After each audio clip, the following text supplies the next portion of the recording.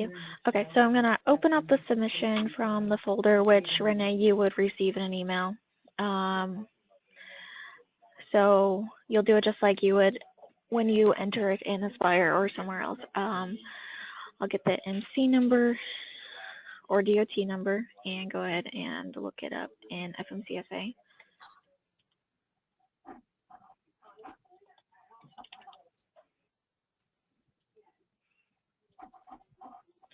All we really care about right now is the effective date and how many years they've been in business. Okay.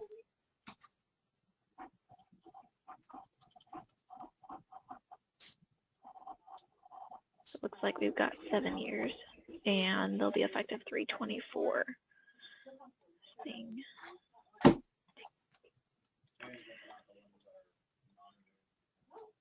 Okay, so you'll click on New Customer.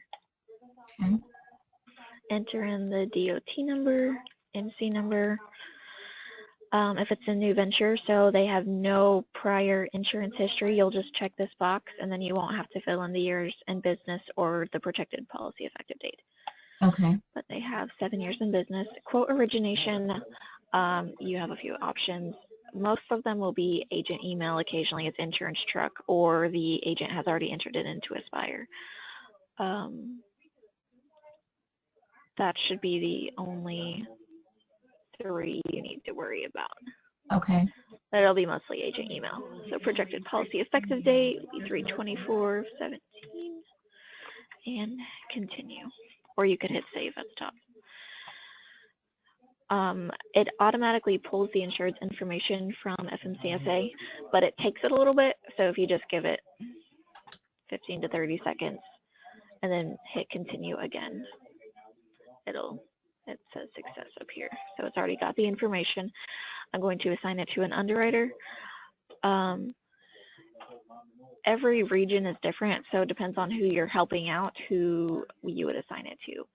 Okay. I have Shelly, Melissa, and Chalet. And right now, Chalet is getting all of the 1 to 5 units accounts unless they're in Florida or Texas. So they have 1 unit, and they're in Florida. So even though they have 1 unit, they're in Florida. So I'm actually going to assign that to, it looks like Melissa doesn't have as many quotes right now, so I'm going to assign it to Melissa. Because you can see over here the number of customers that are currently assigned to them. So we're going to hit save / continue. Okay, so you have 2 options for uploading documents. There's only one right here. I only have 1 attachment for this quote, so I'm just going to click add document, and then you have to put the attachment on your desktop first, and then you can drag it over.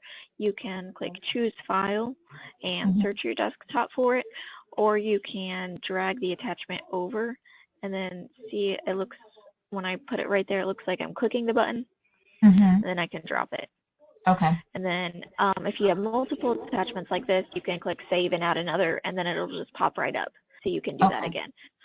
But I don't, I just have 1, so I'll click save. Now, if I have 3 or more attachments and I don't feel like attaching them one by one, you can click upload documents via email, and that'll pop up this, and then you'll just drag them over here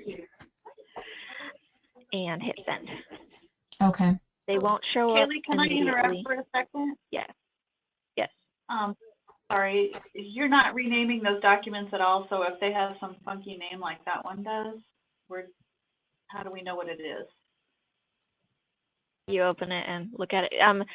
We're not breaking them out to put in there always. You can. It is an option.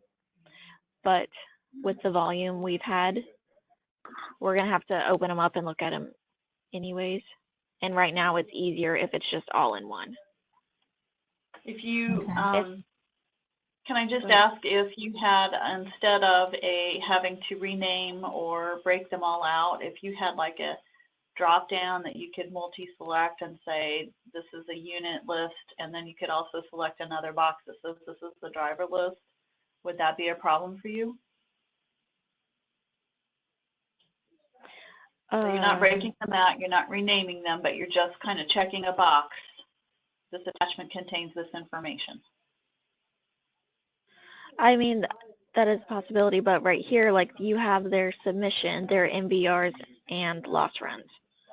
So, I mean, yeah, that would be fine. I wouldn't be opposed to that. I'm just thinking down the road when things do get found and they end up in operations, and you're trying, as somebody in policy management or accounting is trying to find things. Well, if they're bound, if it's bound, these attachments will be broken out. Okay. Because once they get entered somewhere, we have to break them out.